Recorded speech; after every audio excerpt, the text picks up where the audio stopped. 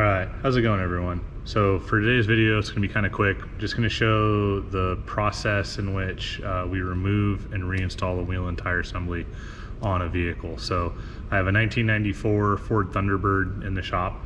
And this is a good example of how we're gonna do a basic tire rotation / remove a wheel and tire and make sure that we're not gonna have anything come off on the road in terms of the wheel coming loose or a lug nut coming loose. So it's just kind of the safety procedure to go along with that.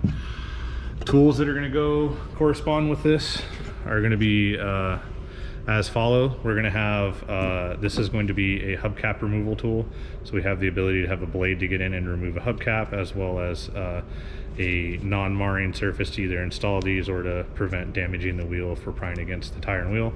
We do have a small hubcap on this that does need to be removed. We have an assortment of impact rated wheel sockets. So these are dual sized, so there's going to be a size in either end, and we use our little extension there to attach that to the impact gun.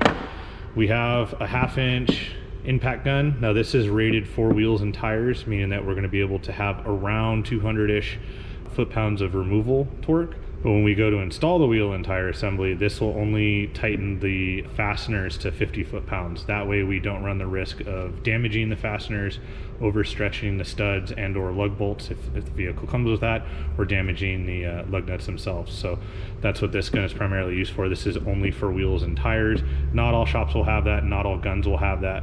Some impact guns are rated for equal torque on as equal torque off, but this is a nice safety feature when working on wheels and tires, but not necessarily a mandatory thing. We have a 1/2 inch torque wrench. This torque range is going from 50 foot-pounds to 250 foot-pounds. Our torque spec for our 94 Thunderbird here is going to be between 85 and 105 foot-pounds. We're probably going to go smack dab right down in the middle at 95, so this torque wrench will be able to be used for that. Have a series of wire brushes to make sure that we can get off any rust and debris that is built up on the hub surface, as well as the studs themselves, so that we can have a clean mating surface. And then a torque assist device. So we're going to torque the wheel and tire assembly with the weight off the vehicle.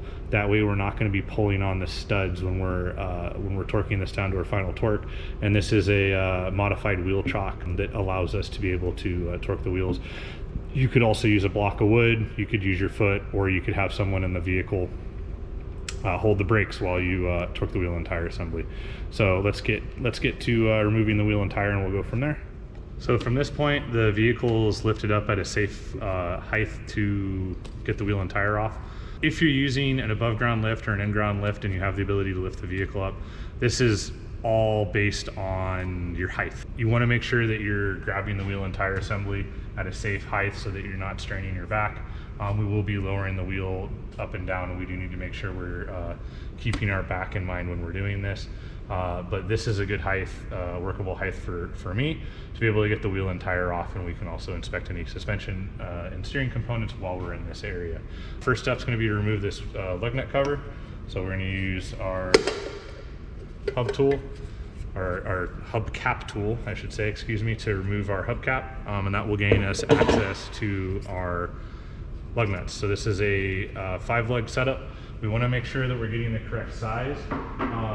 In this case, this can either be a 19 millimeter or a 3/4. The 3/4 fits a little bit snugger on this one, so we'll be using this socket, but we do definitely want to make sure we're using the right size. If we were to get the wrong size, you very easily could probably get the lug nuts off, but you run the risk of rounding them off. So we're going to have our socket attached to the impact gun, that being attached to our air source. We're going to flip the lever to where it's going to the left or reverse, and then we're going to remove all 5 of these lug bolts while trying to keep them contained.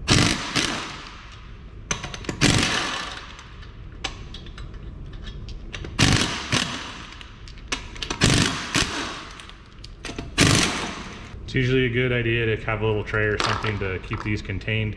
That way they're not rolling around the shop. They can be kind of a trip hazard if that's the case. From this point, we can grab the wheel and tire assembly and remove it. Now, I'm wearing rubber gloves, fabric gloves. That's because Even if you can look at the outside of this tire and it doesn't look like there's any steel cording, when you grab the tire, you're grabbing the back, and there could be. The other way that you could do this if you have enough spokes is you could lift it up through here, but keep in mind that your brake assembly, if this vehicle just got driven, is going to be very, very hot, so you can lift it either manner. Really lifting a wheel and tire isn't safe in itself because this is a very awkward shape and weight. These are anywhere between 40 and 100 pounds depending on the wheel and tire combination, so you do want to be taking care to lift these on and off, but we're just going to lift it straight off and drop the wheel and tire assembly down where we need to. Now, if we're following the TIA practice of RIST, which is an acronym, we're going to be removing the tire and removing debris. That's what our R is going to be standing for. So we're actually going to go through and remove any rust that's on this hub face. When we have a steel brake rotor or steel drum in contact with an aluminum wheel, which is what we have in this example for this Thunderbird, we can get dissimilar metal corrosion, and that can lead towards some pitting. Grab a wire brush and we go and we get all of the rust off of the hub assembly.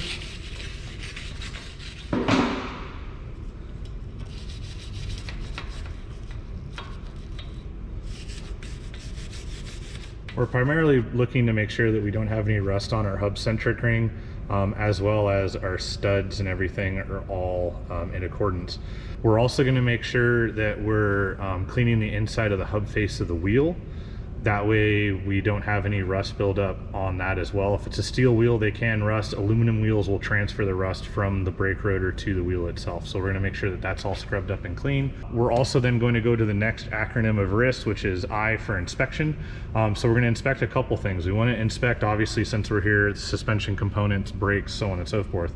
But in terms of I, we're also looking at making sure that we're inspecting the hub and wheel flange assembly. So we're going to look to make sure that we have a hub centric ring, or in this case is stock wheels and tires, so we don't have to worry about that, but that there's no pitting, there's no rust.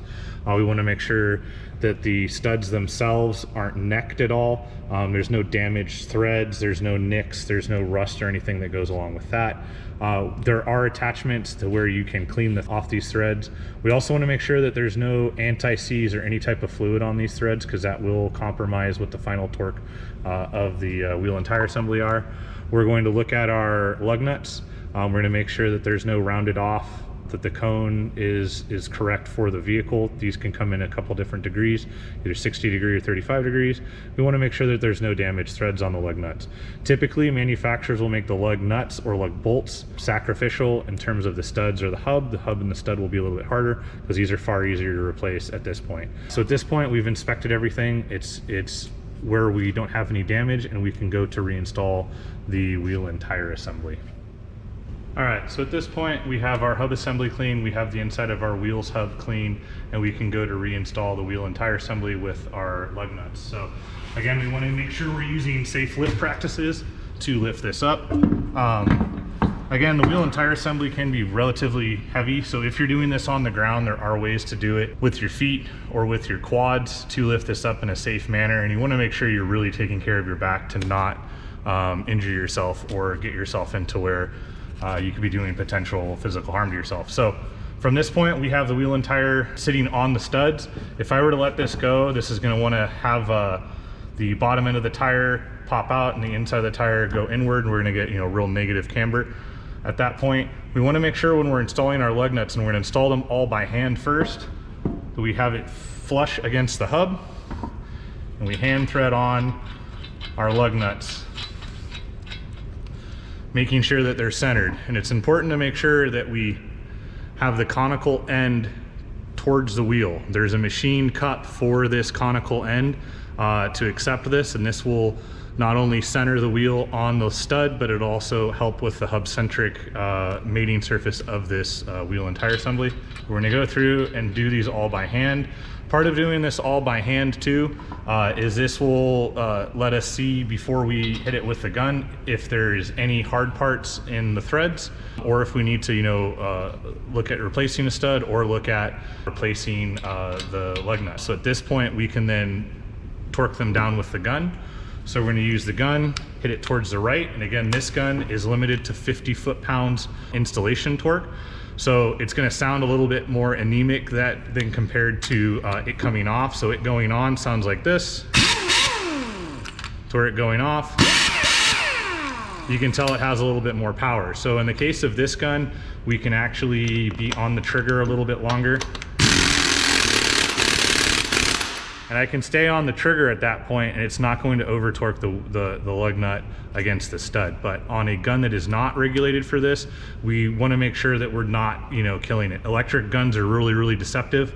Super helpful and super nice to have, but they can be deceptive in how quick they can torque things up. So you want to just lightly torque these on. If you don't know for sure, it's better to just do it by hand all the way with a breaker bar.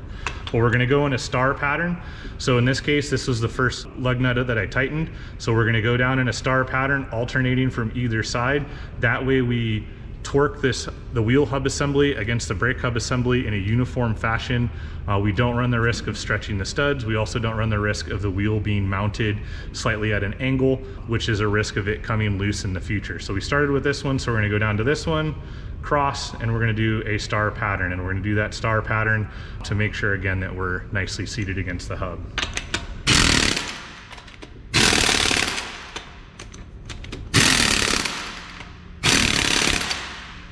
So at this point, the wheel and tire assembly is bolted on, but it's not torqued to its final torque. So our final torque we're gonna do once we get closer to the ground, and that again is going to be at that 85 to 105 foot-pounds for this particular car.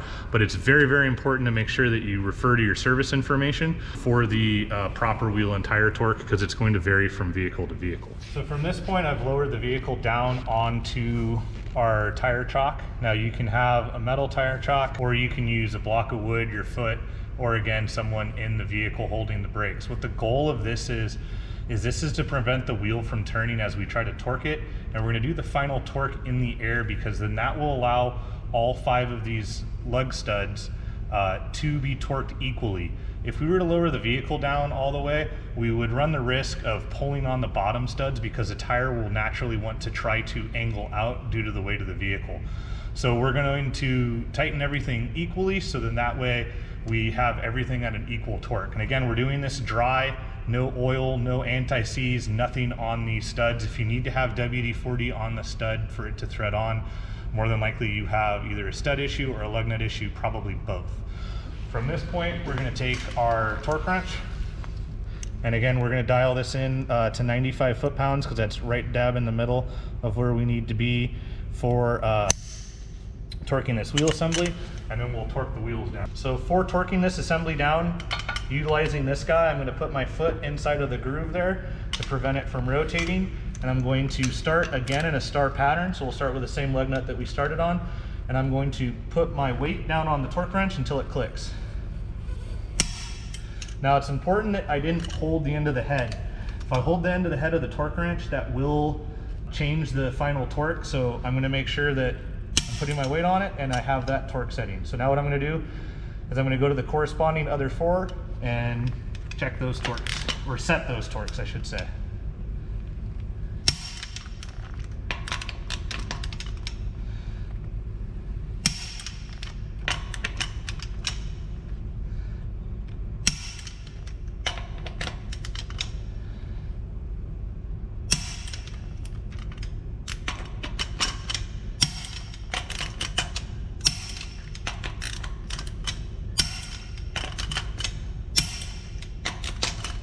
So now that we've got all of these set to 95 foot-pounds, it's really important to make sure that we zero out our torque wrench.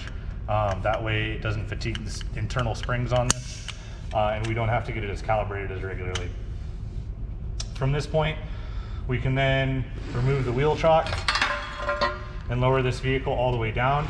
I do like to check it a 3rd time. So I did an initial set the torque to 95 foot-pounds, double checked it, and then I always like to do it a 3rd time. Better safe than sorry in that manner. That way you don't run into the risk of any issues coming up. From this point, we then reinstall our hubcap and set the tire pressure, and the vehicle is good to go back on the road. Depending on what kind of tires you have in terms of tread design and wear, rotating these might be a forward back type deal, cross section. There's a bunch of different ways and theories with that. The way that I look at tire rotations is you actually read the tire and you see what the vehicle is telling you it needs based on how the tread wear is. But hopefully you guys all found this video helpful. This is just kind of giving a couple methods on installing a wheel and tire assembly in a safer manner. I appreciate you all taking the time to watch the video, and I'll see you in the next one.